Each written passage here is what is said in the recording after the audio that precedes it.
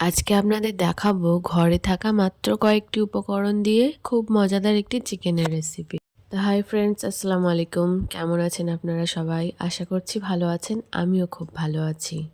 তো শুরু করে ফেলি আমাদের চিকেন প্রসেসটা। তো এখানে আমি কেটে নিয়েছি কয়েকটা আলু, কাঁচা লঙ্কা, পেঁয়াজ আর একটা গোটা টমেটো। আর এখানে আমি দুখানা পেঁয়াজ নিয়েছি অবশ্যই।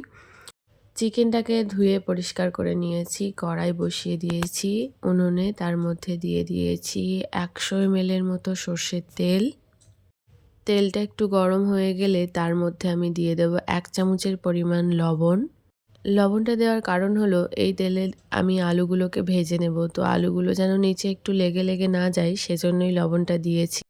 এই পদ্ধতিটি আপনারা মাছ ভাজার সময়ও অ্যাপ্লাই করতে পারেন। তলায় একটু লবণ দিয়ে দিলে তাহলে কিন্তু আপনাদের মাছগুলো আর নিচে লেগে লেগে যাবে না আর ভেঙেও যাবে না। তো আলুগুলোকে দিয়ে একটু সময় নিয়ে হালকা হালকা করে একটু ভাজা করে নিই, যেন হালকা একটু রং চলে আসে গোল্ডেন গোল্ডেন কালারের। যাই হোক, আলুগুলো ভাজতে ভাজতে আমি কিছু কথা বলি। আমি সবসময় চেষ্টা করি ঘরে থাকা বেসিক কিছু উপকরণ দিয়ে রান্নাটা করার, কারণ আমি বিশ্বাস করি যে সবসময় কম উপকরণে রান্না ভালো হয়। গল্প করতে করতে আমার আলুগুলো ভাজা হয়ে গেছে। এবার আমি একে একে আলুগুলোকে সব তুলে একটা পাত্রের মধ্যে রেখে দেবো। এই আলুগুলোতে আমি হলুদ দিইনি, তার কারণ আমি এই তেলটাতেই আবার চিকেনটাকে রান্না করব, সেজন্যই আমি হলুদ ব্যবহার করিনি। তোমরা চাইলে হলুদটা দিতেই পারো। আলু তুলে নিয়েছি আর ওই তেলের মধ্যে দিয়ে দেব দুটো কোচানো পেঁয়াজ, যেটা আমি আগে থেকেই কুচিয়ে রেখেছিলাম।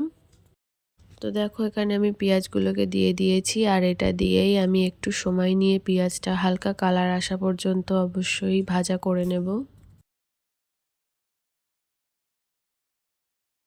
আমি একদম বেরেস্তার মতো করব না, একটু হালকা হালকাই কালার আসলে তার মধ্যে আমি চিকেনগুলোকে দিয়ে দেব। দেখো, হালকা কালার কিন্তু চলে এসেছে। এর মধ্যে আমি চিকেনগুলো দিয়ে দেব। তোমরা যারা চিকেনগুলোকে আগে থেকেই সিদ্ধ করে নাও তারা এই পদ্ধতিটি অ্যাপ্লাই করতে পারো। তার কারণ চিকেনগুলো আগে থেকে সিদ্ধ করে নিলে কেমন জানি একটা ছিবড়ে ছিবড়ে লাগে, তো এরকমভাবে ভাজা ভাজা করে নিলে দেখবে আর কোনো গন্ধই লাগবে না। চিকেন দিয়ে একটু এপিট এপিট করে নেড়ে দিয়ে আমি ওর মধ্যে দিয়ে দেব কিছুটা পরিমাণ হলুদ। হলুদ দিয়ে একটু নেড়ে দেব, হলুদগুলোকে যেন সবটা চিকেনের মধ্যে লেগে লেগে যায়, কালারটা চলেও আসে। আর তারপরে একটু সময় নিয়ে হালকা হালকা গোল্ডেন কালার করে ভেজে নেব। যাই হোক, দেখো প্রায় ভাজা হয়ে এসেছে। আর কড়াইয়ের গায়ে যে লেগে লেগে যাচ্ছে, এইগুলো কিন্তু একেবারেই পুড়ে যাচ্ছে না। আমরা জানি চিকেন ভাজতে গেলে এরকম একটু একটু কড়ার গায়ে লেগেই যায়। এখানে 1.5 টেবিল চামচের মতো আদা রসুনের পেস্ট আছে, এটাকেই আমি এখন চিকেনের মধ্যে দিয়ে দেব। আদা রসুনটা দিয়ে একটু সময় নিয়ে আদা রসুনের কাঁচা গন্ধটা দূর হওয়া পর্যন্ত তো তোমাকে রান্না করতেই হবে। ততক্ষণে একটু ঢাকা দিয়ে দেব, যেন আদা রসুনের যে স্মেলটা ওটা চিকেনের মধ্যে খুব ভালো করে ঢুকে যায়। আর এই স্মেলটা এত দারুণ লাগে। দেখো, ঢাকনা দিয়ে প্রায় 30 সেকেন্ডের মতো রেখে দিয়েছিলাম। ঢাকনাটা খুলে দিয়েছি। এবার আমি এর মধ্যে দিয়ে দেব একটা টমেটো, যেটাকে আমি কুচি করে রেখেছিলাম। সেই টমেটোটাই আমি এর মধ্যে দিয়ে দেব। টমেটোই থাকে প্রচুর পরিমাণে জল, তো তার জন্য আমাদের আর এক্সট্রা করে কোনো জল দিতে হবে না। ওই যে গায়ে দেখছো চিকেনের কিছু লেগে লেগে যাচ্ছে, ওইগুলোতে কোনো সমস্যা হবে না, আর জল দেওয়ার প্রয়োজনও পড়বে না।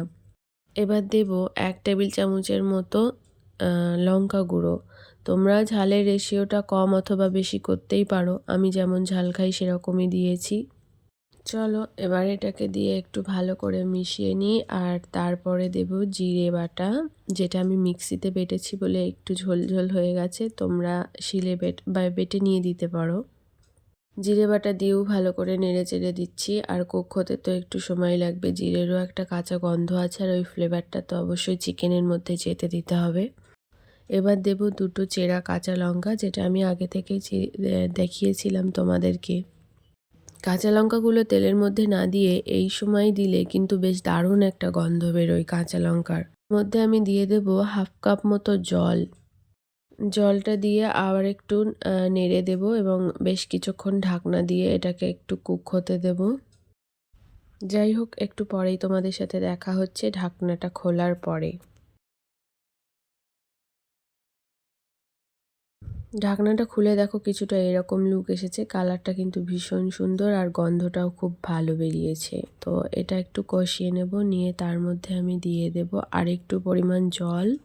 এই পর্যায়ে কিন্তু আমি আর ঢাকবো না, কারণ চিকেনটা আমরা জানি খুব তাড়াতাড়ি কুক হয়ে যায়, ওই জন্য আর ঢেকে দেবো না। এর মধ্যে আমি দিয়ে দেব যে আলুগুলোকে ভেজে রেখেছিলাম, সেগুলোকেই আমি এখন এর মধ্যে দিয়ে দেব।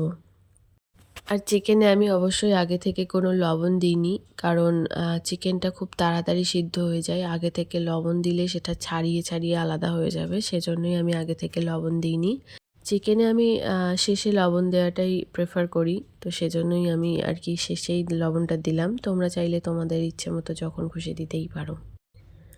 দেখো এবার একটু কষিয়ে নিয়ে দিয়ে দেব বেশ কিছুটা জল।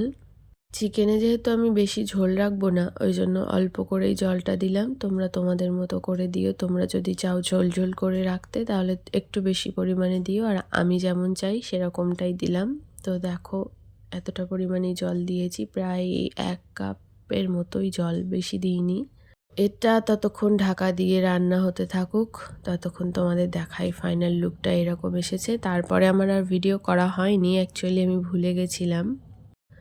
তো এবার দিয়ে দেব 2টো এলাচ। এটাকে আমি একটা ছোট্ট নোড়ার সাহায্যে একটু ফাটিয়ে বা থিতো করে যাই বলো না কেন, একটু এ করে দিয়ে দেব। তারপরে গন্ধটা যা সুন্দর উঠেছে তোমাদের কি বলবো, কোনো এক্সট্রা মশলা নয়, জাস্ট কিছু ঘরোয়া বেসিক মশলা দিয়েই রান্নাটা করেছি। অসাধারণ খেতে হয়েছে আর অসাধারণ লুক হয়েছে। আজ তাহলে এই পর্যন্তই। দেখা হচ্ছে নতুন কোনো ভিডিওর সাথে। ততক্ষণ সকলে ভালো থেকো, সুস্থ থেকো, সাবধানে থেকো, সকলের খেয়াল রেখো। আমার ভিডিওগুলি যদি তোমাদের ভালো লেগে থাকে তাহলে অবশ্যই লাইক করতে পারো, শেয়ার করতে পারো অ্যান্ড সাবস্ক্রাইব করতে